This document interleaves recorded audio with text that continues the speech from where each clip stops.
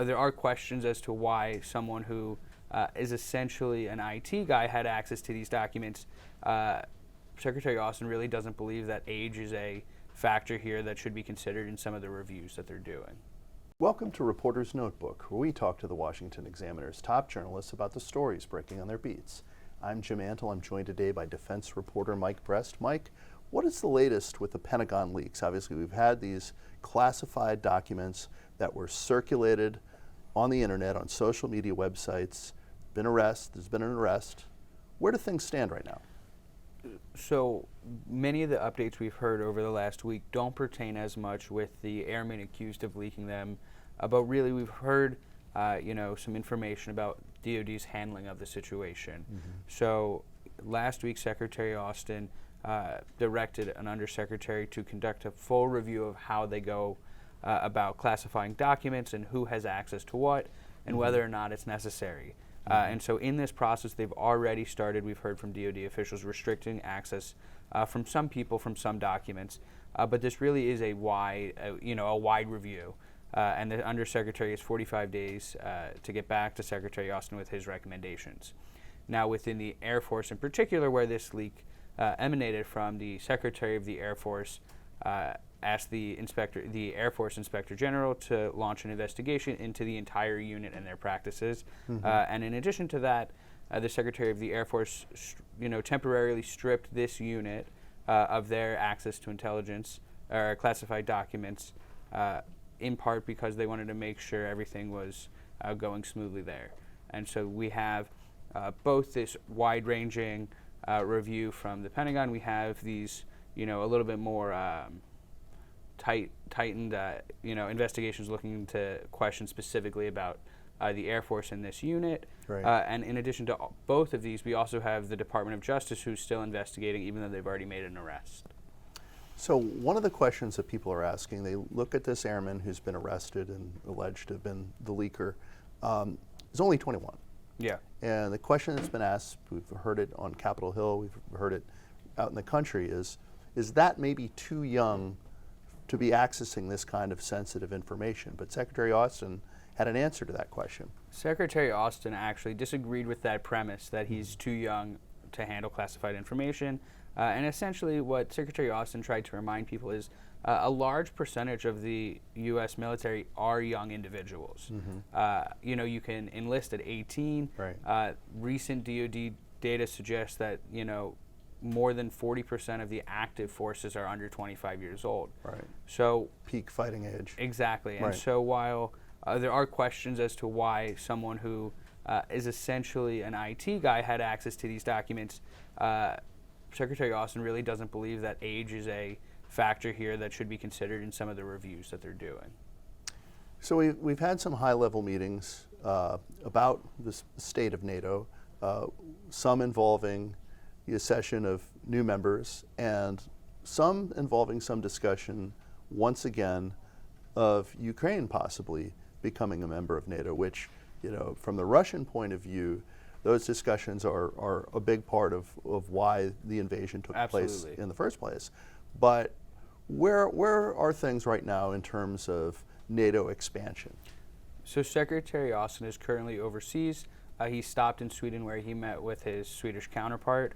And there he made a little bit of news when he said he thinks or he expects Sweden to join the NATO alliance by July. And so there is a big NATO summit in early July, and he believes that Sweden will be a part of that. Now, we know that both Sweden and Finland applied for membership into the alliance, really in response to Russia's war, which is counter to what Russia was obviously intending to do. Finland got into the alliance. They became the 31st member. And in doing so, the alliance's border with Russia literally doubled. Right. And so that really went against everything Russia was trying to accomplish. And so there's this newfound expectation, at least from Secretary Austin's perspective, that Sweden's application isn't far behind it, or their acceptance to the alliance isn't far behind. Now, we've also heard today from the NATO Secretary General, who said that he also thinks Ukraine's potential membership to the alliance will be on the table at this July meeting. Now, this was, this set off alarm bells in the Kremlin. We heard a Kremlin spokesperson denounced this, even the idea of it. And so, the idea of bringing Ukraine into a NATO alliance, is exactly what Russia was trying to not only prevent but really stop preemptively. So there have been some hearings on Capitol Hill about exactly how Russian President Vladimir Putin is conducting his war. And they've painted a very dire picture of the treatment of the Ukrainians. What are some of the things that we learned? So the Ukrainian prosecutor general testified in front of members of Congress this week, and from the grand scale, he said that they've opened more than 80,000 cases of alleged war crimes, and that includes things like torture. We heard an anonymous woman testify who was in her mid-50s, who lived in Kherson under Russian occupation for a little while. Mm-hmm. They came in, they got her, they brought her, she said, through a translator, to one of their torture camps, where she was forced to strip. She was forced to, she talked about being waterboarded. She talked about them firing a gun next to her head, giving her the impression she was going to be executed. And in addition to all of that, they also made her dig her own grave. Mm-hmm. Now, ultimately, she wasn't killed and she was able to escape. And now she's since joined her daughter, who's a U.S. citizen. But it really, demonstrated to lawmakers and Americans alike the severity and the depravity of what's happening in Ukraine. And we also heard, again, from an anonymous teenage boy who said he was, not adopted but taken and brought to Russia, where he was, given to a Russian family who tried to re-educate him, which is the word they used, using Russian propaganda. And so this child amounts to one of, the prosecutor general said, is about 20,000 children who've been forcibly taken from Ukraine and brought to Russia.